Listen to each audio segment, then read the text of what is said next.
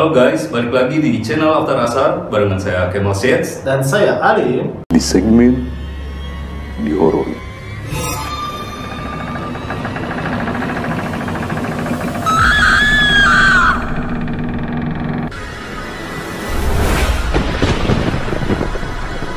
Oke, di kesempatan kali ini kita bakal ngebahas sekumpulan cerita horor.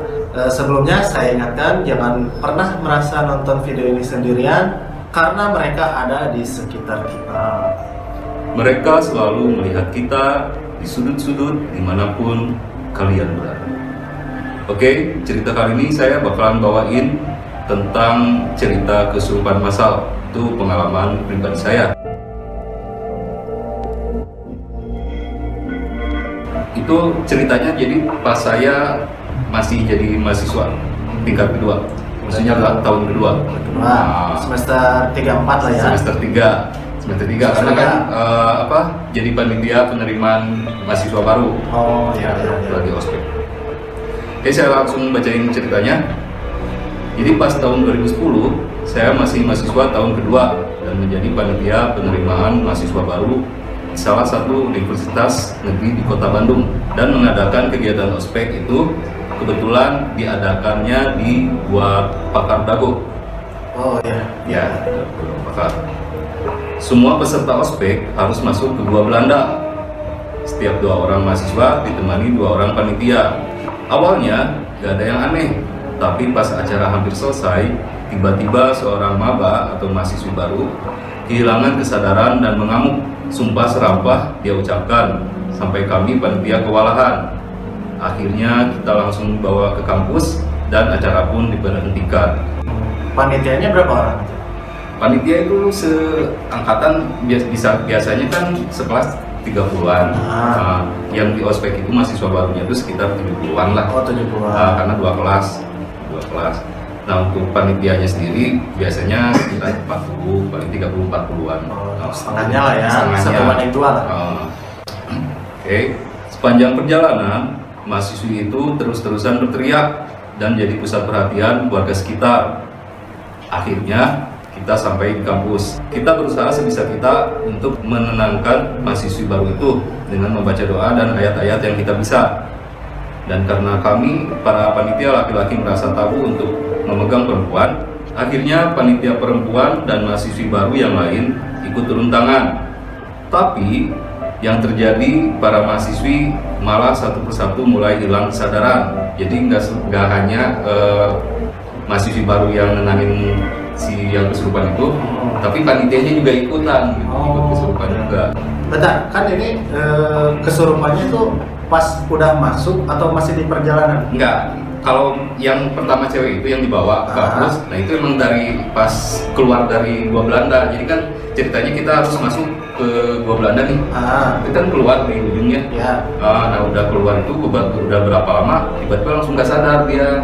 Jadi itu langsung ngamuk. Semuanya tuh proses di dalam guanya itu udah beres. Udah beres, udah beres, udah keluar.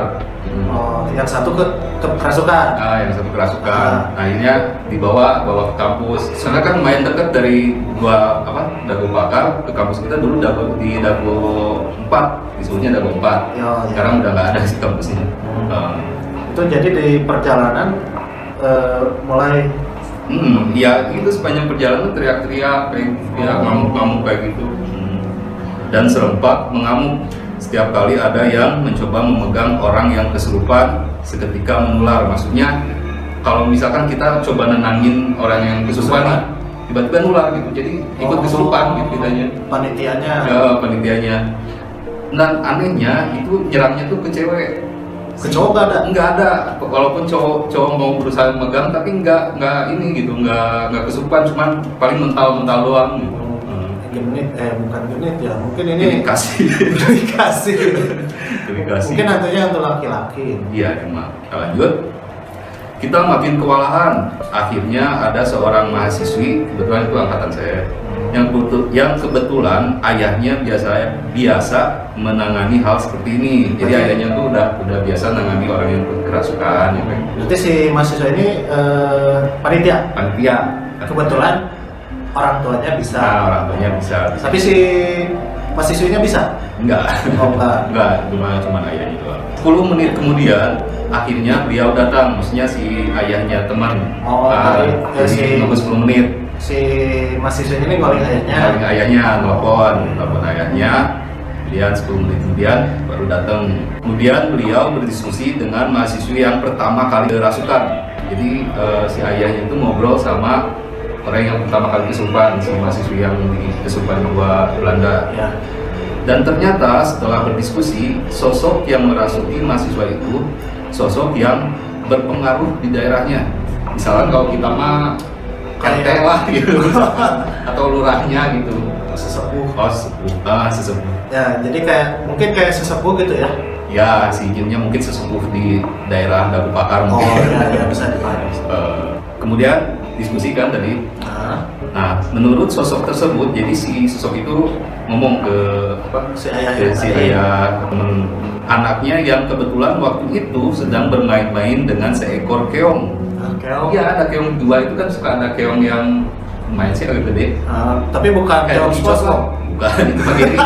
Oh, Gary. Gary itu mah dengan seekor keong guha, maksudnya keong yang ada di gua. Dan keongnya tidak sengaja tertendang, jadi kan itu kan bukan main lagi, emang gelap kan di gua mana kita tahu kita nendang apaan gitu kan. Nah, tapi kan biasanya ada penyewaan center. Iya, itu yang megang bukan mahasiswa, tapi panitia yang megang. Oh iya. Oke. Anaknya si sosok itu punya anak, terus main-main sama keong. Nah, udah ketendang si keongnya, anaknya ngadu ke sosok itu gitu. Marah. Anaknya marah. Anaknya mengadu ke ayahnya, jadi si anak sosok itu ngadu ke yang ngerasup ke mahasiswa ini. Dan karena kesal, ada yang ikut campur, sosok itu pun memanggil anak buahnya untuk merasuki yang lain. Oh iya, karena mungkin dia kan sebagai lah di wilayah yang berpengaruh lah, yang punya teman-teman anak buah.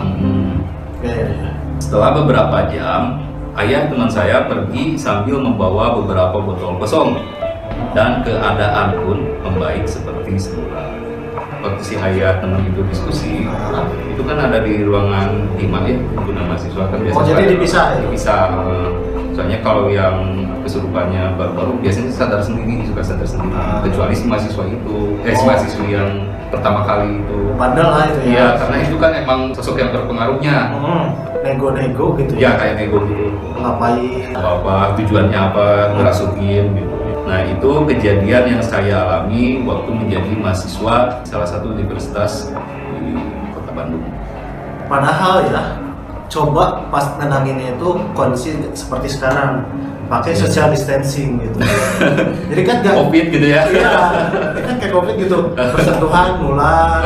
Kalau minimal gitu sebelum megang tuh pakai hand sanitizer. Iya, bisa jadi. Jadi lebih higienis lah gitu ya. Tapi dulu pernah kayak pulang dari kampus. Lupa sih, kayaknya tahun 2012-13 lah. 12-13. Pokoknya itu masih ingat hari Kamis. Pas pulang ke rumah tiba-tiba menggigil. Badan itu emang cuaca lagi hujan, lagi dingin, tapi menggigilnya itu kayak nggak wajar, nggak normal gitu. Bukan menggigil karena dingin. Tadinya diem di lantai 2. Pindah lagi. Itu masih di kampus? Di rumah, udah di rumah. Pindah ke bawah, ke kamar adek. Yang kebetulan keluarga di rumah lagi yasinan. Oh, gitu, ada acara. Pas di kamar, ya tujuannya kan biar sambil dengerin, sambil gimana. Pas di kamar adek, yasinannya kedengaran, makin menggigil. Padahal udah pakai selimut, wah itu mah udah selimut juga mungkin kalau nggak salah 2 lapis gitu. 2 lapis tapi nggak kerasa gitu. Menggigil aja. Nah tiba-tiba kakak saya bilang, Pak itu si Ade kenapa? Pak datanglah ke kamar, ya dibacain gitu ya, didoain, dan itu nggak nyampe semenit badan udah kerasa hangat lagi, kayak normal lagi gitu. Jadi biasa lagi. Pas nanya, Pak kenapa gitu kan? Penasaran ya, tiba-tiba dari menggigil nggak kurang dari semenit udah hangat lagi gitu. Pak kenapa? Iya, kata Bapak ya, dengan bahasanya Bapak itu, ya makanya kalau jalan jangan asal nendang gitu. Oh. Tapi diingat-ingat tendang apa gitu, jadi ya mungkin kayak tadi lah. Iya, gitu. iya kayak tentang keong kan, padahal kan nggak sengaja, nggak kelihatan juga kan gelap gitu. Ya jadi ya, nah pesannya aja jangan asal nendang. Ya mungkin di situ ada tempat apa, Iya. tempat diem apa gitu kan kita nggak tahu. Sebenarnya bukan cuma nendang doang, kayak misalkan kita nih lagi biasa kan ngerebus mie nih, ngerebus mie, mungkin yang apa jendela terus langsung keluar gitu, langsung ke jalan. Dia kan nyiram kemana aja gitu kan, nyiram air panas kemana aja, nggak ke wastafel atau ke kamar mandi, dia langsung buang aja. Itu juga hati-hati biasanya kalau lagi hapes, misalkan ada sosok lain gitu yang lagi ngelewat, ya bisa jadi kesiram terus tiba-tiba kita kerasukan atau apa ya. Cuman ya hati-hati aja karena kita kan hidup di sini tuh nggak cuma manusia doang gitu kan. Ada banyak yang lainnya ada orang yang lain juga. Ya punya kehidupan sendiri, tapi ya kalau kita ganggu, ya mungkin marah juga. Ya contoh yang lain banyak lah, misal kayak jangan kencing sembarangan. Kencing itu yang paling sering. Ada saudara saya Derry namanya. Jadi kalau kebelet tuh di mana aja, semaunya dia aja kalau kencing. Kalau misalkan lagi di warung misalkan, tinggal ke belakang warung kencing di mana aja. Pernah kita waktu itu pulang dari Pantai Ujung Genteng, si Derry ini turun dari mobil gitu. Kan lagi istirahat nih di Alfamart kayak gitu. Dia langsung ke gang, akhirnya dia kencing, udah aja langsung balik lagi. Jadi si gang itu suasananya tuh kayak yang bikin merinding gitu. Udah gitu dilihat, ternyata yang bener ada kuburan dua.